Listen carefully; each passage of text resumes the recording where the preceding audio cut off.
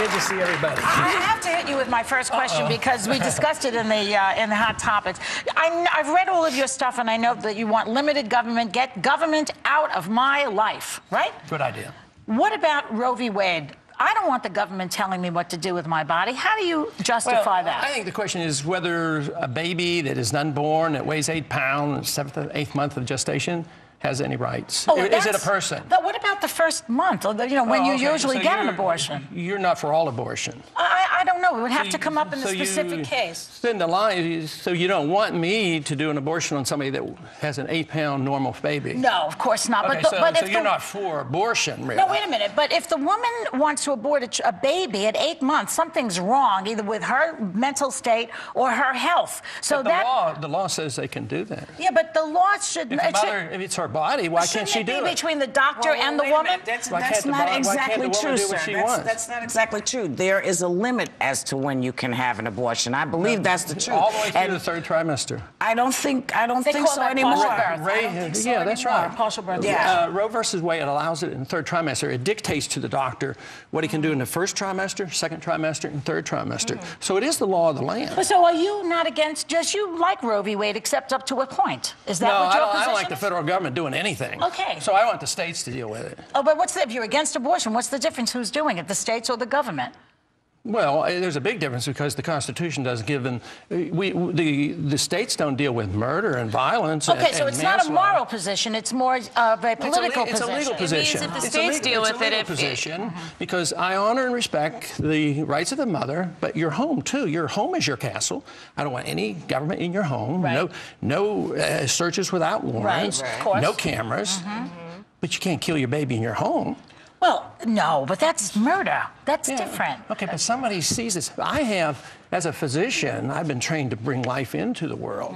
And if I do harm to the baby, I get sued. So the baby is alive and has what rights? Well, let me ask you this. So, of course, but that's a very unusual. But that's such an unusual situation. We're talking about girls who are in trouble and they want to have an abortion in the first month. Would you be happy with a law that says abortion should be done no later than at 6 weeks gestation? Look, I'm not happy with abortion. Period. You know, I don't. Nobody is. Nobody is. Well, but that's not the point. Idea. But here's my question: if you make a decision that this is where you need to go, because as I said to somebody else earlier on this show, no one makes this decision lightly. This is not something somebody says, oh, I think I'll go get this. This is not a fun thing to go do. So if someone has come to that place to make that decision, it's because they really feel like it needs to be there. Now, I think you should be able to get some help if you're reaching out for somebody like that. What bothers me is that there is no one who says, here's what we can do, because, you know, you have all these children. What are we going to do with them? If everybody has the kids, the churches don't want to take them. Nobody wants to put them in the thing. No, I want to finish that thing, period. Well, the question is whether abortion should be done on demand and who controls it. What you're saying is a very difficult problem that we can deal with. And the more difficult a problem that we have, the more you want to be held locally. Before Roe versus Wade, before it was legalized across the board, on demand, states did. I saw it happening. Abortions were done on rare circumstances, and it was done with caution. There was a recognition. There was a recognition that life was valuable, and I don't think anybody's going to win this. You're not even for abortion for anybody every time a minute before birth. You don't want to abort these normal babies. That's murder. At the same time, I don't think we'll ever reach a stage where there will be no abortions. But I want to sort this out the way the Constitution mandates, and that is at the local level. What do you want to know, Shaq? At the local level, you get girls from California or some other state where they can't do it. They have to drive from Arkansas to Timbuktu if it's left to the state level. There's, and they got to be pretty rich, and they've got to be wealthy. But we might not have any partial birth abortions, of normal babies. That's only one subject that we can get to with you. The other subject I wanted to ask about was your views on immigration. You said that you had a plan for immigration. You wanted to secure our borders. Yes, I think our problem of immigration comes from the fact that we have a weak economy and immigrants are scapegoats.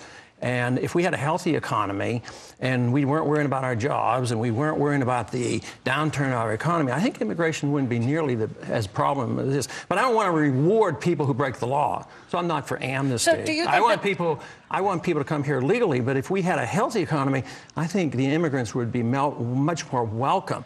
But because we reward it and we put pressure on our states, our hospitals are literally closing in Texas because they can't afford the free health care and the free education. So I want to remove the incentives. Let me ask you this. So now, if you become president, what's your stance on China? How are you going to balance that out? Because there's a big old issue. And one of the things I've not heard anybody say is, here are the issues with China. This is what I'm going to do to make sure that the things that have been happening are not going to happen again. And the other part of this question is, if you feel so strongly about immigration, how are you going to get all these big companies in this country to stop shipping all the jobs across the water to other places, and so people can get their jobs back and stop blaming it on the illegal immigrants? Okay.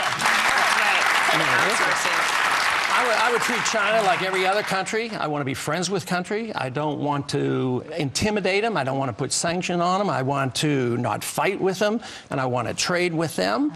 But the China probably is a consequence of a lot of our failed economic problems here. Our jobs leave because we overtax and we overregulate, and also it's a currency problem. We've been able to print money and export our money. Why work for a living? Why have production here at home if the world's still accepting our dollars? So why not just buy our stuff from overseas? That's part of the problem, except that's changing because the dollar's going down, and that is one of the most serious threats we're facing today in our economy, is the weakness of our dollar. Is there another Republican? Now, you probably are not going to win, and you know that, right? No, I don't know that. I'm sorry. I don't mean to be negative. I'm sorry, because it's very hard. He's got front runners all over the place. Those pro-war people to win? No, I don't. We don't. I don't. That's why I like you. My question is there any other person running that you would vote for if you were not running yourself? It would be difficult. As long as they... A gun to your head, who is it going to be?